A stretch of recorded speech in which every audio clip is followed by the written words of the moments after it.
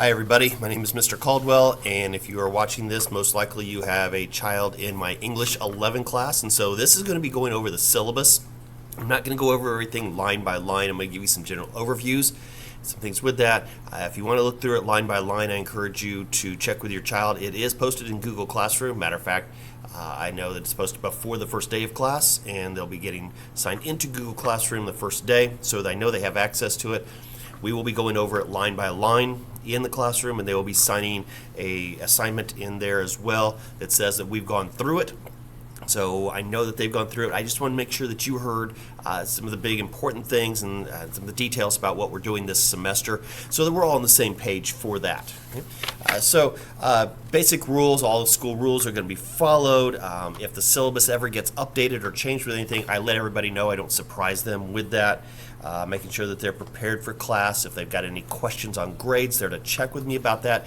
You're free to check with me as well. Every so often I'll flip a number in a group assignment. I may miss an individual as well and not get a grade in, and I'll fix those. Okay, and take care of that and make sure that their grade is as accurate as possible. Speaking of which, I try and turn grades very, very quickly as well. And I just want to make sure that everybody's up to date of where exactly they're at so that you know what's going on for those things. Okay? I believe in individual responsibility.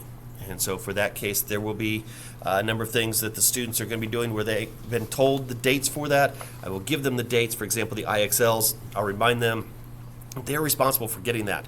Their grade reflects their effort in many cases for that. So encourage them to make sure that they're keeping up with things and that you're looking in PowerSchool and Google Classroom for due dates. Almost everything I do runs through Google Classroom, so most due dates will be posted in there that you'll be able to see. It gives a calendar a lead-in for stuff as well for them. Okay. Encouraging them to think independently and creatively. So not everything that I give has this, cookie cutter box that they have to fit in. A lot of times I will tell them, here's my question. Tell me what the answer is. Just figure out how you want to tell me what that answer is, because they need to be able to go beyond just checking a box, answering a quiz, doing things. In real life, they've got to be able to think. And so that's what I'm going to challenge them to do. Tardies, they have to be in the room when the bell stops ringing. First offense will be a verbal warning. Second time is a written warning to them, an email to them and to you as well. Third offense is a lunch detention, and after that, I refer it to administration. So get here. That's it right there. Cell phones. I'm trying something new this semester. Last semester I put it more on individual responsibility, and I will admit that I slacked off of where I should have been on that. I was not as aggressive on controlling the cell phones as I should have been. And so this semester I'm going to have a caddy put up for them to put their phones in, or they'll be put away. And the first time that the phones are out that it's not supposed to be, I will take it and give it to administration, and the student can go and pick it up from there. After that, I will not only give it to administration, but they will be given a write-up as well. So not going to play around with it this semester. Seating charts, we'll see how that goes. Typically, I allow students to choose their own seats, but this semester, based on first semester with some of the students that I have returning, I feel like I'm going to probably be doing assigned seats pretty quickly on that for there. So this semester what we're going over is romanticism period. That's not the heart and lovey-dovey stuff. It is just a time period in literature and art and things like that. So we'll be going over that for a few weeks, just a few weeks in there. Talk about Edgar Allan Poe for a bit, sticking on him. And then most of the semester is going to be spent on either Lord of the Flies or Night, which is a novel. It's an autobiography of a Holocaust survivor. Very powerful for what he went through for those things. I do offer extra credit in a couple of different ways. One is on their IXL assignments. If they go above the 80%, which is what I'm determining as mastery, 80% is, anything above that earns them some extra credit. Also, at the end of each grading period, if they have 0 missing assignments, they get 10 extra credit points. And for every missing assignment, they lose one of those extra credit points. So they have a chance by turning everything in, even if they turn it in late, it still counts as being turned in, and they can get a little bit of extra credit for that. My late work policies, tightening them up this semester for things. Continually trying to tweak and adjust what I do. I've been in education for 20 plus years, like that, and I'm always trying to learn, adjust, tweak, and do things, not coast on what I'm doing.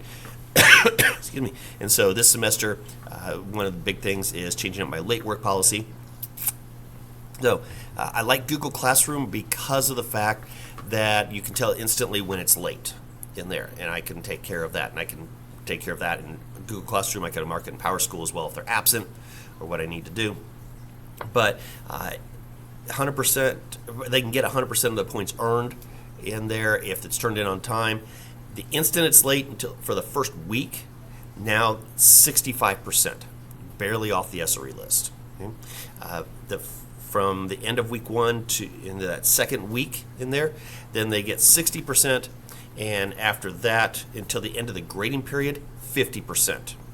And I determine that the end of the grading period is when the dismissal bell rings on the last day of the grading period. So at 3:30 that day, we're done. And students will be given lots and lots of reminders of that.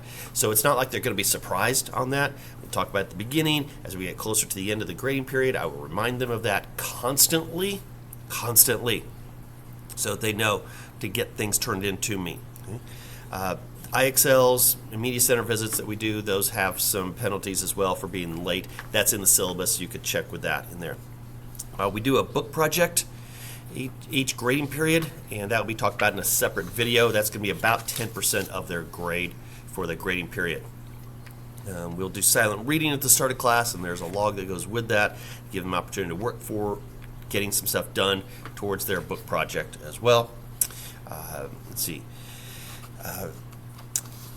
We'll see what happens with them working in the hallway. Last semester we did that, and it was not as successful as I would hoped it had been.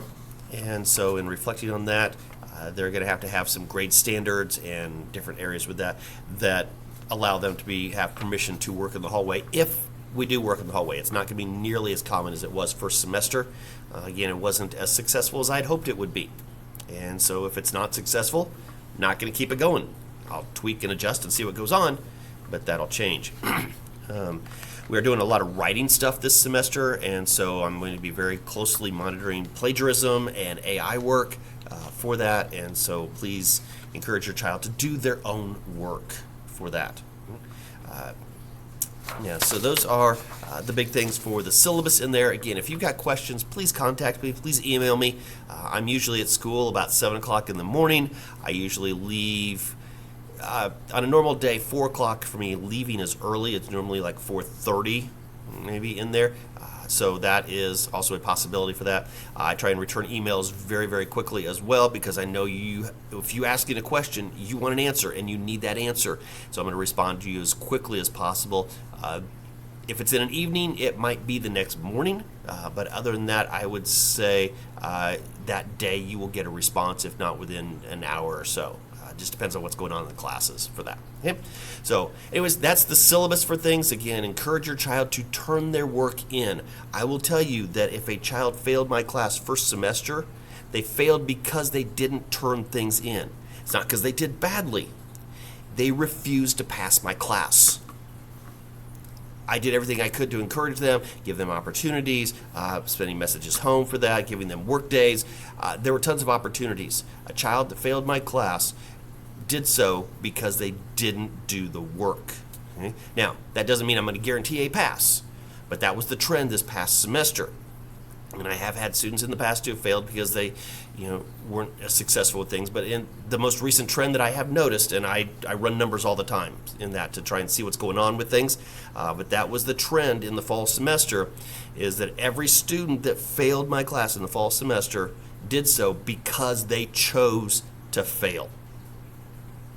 Okay? So hopefully we don't have that in spring semester.